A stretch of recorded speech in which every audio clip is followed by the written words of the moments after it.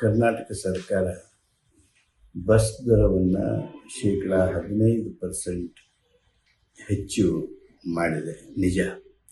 ಆದರೆ ಇದು ಅನಿವಾರ್ಯವಾಗಿತ್ತು. ಸುಮಾರು 6 ಕೋಟಿಗೂ ಹೆಚ್ಚು ಕಳೆದ ಕೆಲವು ವರ್ಷಗಳಲ್ಲಿ ನಮ್ಮ ಸಾರಿಗೆ ಸಂಬಳ ಹೆಚ್ಚಾಗಿತ್ತು ಒಂದು ಕಡೆ. ಆದರೆ ಡಿಸೈಲು 43ರಿಂದ 68ವರೆಗೆ ಇದ್ದದ್ದು ಈಗ ಯಾವ ರೇಟ್ ಬಂದಿದೆ, 100 ಸಮೀಪ ಬಂದಿದೆ. ತಾವೆಲ್ಲರೂ ನೋಡ್ತಾ ಇದ್ದೀರಿ. ಈ ಹೆಚ್ಚುವರಿ ಡಿಸೈಲ್ ದರವನ್ನು ಇಲ್ಲಿವರೆಗೆ ಅರಗಿಸಿಕೊಂಡು ಸಂಸ್ಥೆ ಭಾಳ ಕಠಿಣ ಸ್ಥಿತಿಯೊಳಗೆ ಕೆಲಸ ಮಾಡ್ತಾ ಇತ್ತು. ಆದ್ದರಿಂದ ವ್ಯಾವಹಾರಿಕವಾಗಿ ಡಿಸೈಲ್ ದರ ಹೆಚ್ಚು ಆಗಿರೋದ್ರಿಂದ ಈ ಸಂಬಳ ಇತ್ಯಾದಿ ಬಾಕಿಗಳು ಜಾಸ್ತಿ ಆಗಿರುವಂಥ ಹಿನ್ನೆಲೆಯೊಳಗೆ ನಾವು 15% ಹೆಚ್ಚಿಗೆ ಮಾಡಿದ್ದು ಸರಿ ಅಂತೇಳಿ ತಾವು ಒಪ್ತೀರಿ ಅಂತೇಳಿ ಭಾವಿಸ್ತೀನಿ.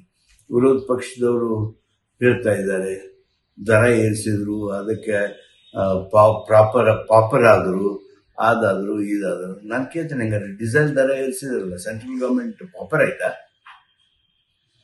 ಎಷ್ಟು? ಸುಮಾರು 40 ರೂಪಾಯಿದಷ್ಟು, 35 ರೂಪಾಯಿಯಷ್ಟು ದರ ಏರಿಸಿದ್ರಲ್ಲ ಡಿಸೈಲದ್ದು ಈ ಅವಧಿಯೊಳಗೆ. ಇದು ಎಷ್ಟು ಪರ್ಸೆಂಟ್ ಆಯಿತು? ನೀವೇ ಪರ್ಸೆಂಟೇಜ್ ಲೆಕ್ಕ ಮಾಡಿ. ಇದನ್ನೇನು ನೀವು ಲೆಕ್ಕ ಮಾಡೋದಲ್ವಾ? ವ್ಯಾವಹಾರಿಕವಾಗಿ ನೋಡೋದಲ್ವಾ? ಎಲ್ಲದರಲ್ಲೂ ರಾಜಕಾರಣವೇ ಸರಿಯಾದದ್ದಲ್ಲ. ಆಂಧ್ರ, ತೆಲಂಗಾಣ, ಮಹಾರಾಷ್ಟ್ರ ಇವೆಲ್ಲವುಗಳಿಗಿಂತ ನಾವು ಹೆಚ್ಚು ಮಾಡಿದ ನಂತರವೂ ಸಹಿತ ಕಡಿಮೆ ಇದ್ದೇವೆ. ತಮ್ಮ ಗಮನಕ್ಕೆ. ಲೇಟೆಸ್ಟ್ ಹಾಗೂ ಇಂಟ್ರೆಸ್ಟಿಂಗ್ ಸುದ್ದಿಗಳಿಗಾಗಿ ಬಾಸ್ ಟಿವಿ ಕನ್ನಡ ಚಾನೆಲ್ನ ಸಬ್ಸ್ಕ್ರೈಬ್ ಮಾಡಿ. ಹಾಗೆಯೇ ಬೆಲ್ ಐಕಾನ್ ಪ್ರೆಸ್ ಮಾಡಿ. ಇದರ ಜೊತೆಗೆ ಫೇಸ್ಬುಕ್, ಇನ್ಸ್ಟಾಗ್ರಾಮ್, ಎಕ್ಸ್ನಲ್ಲೂ ಮಿಸ್ ಮಾಡದೆ ಫಾಲೋ ಮಾಡಿ.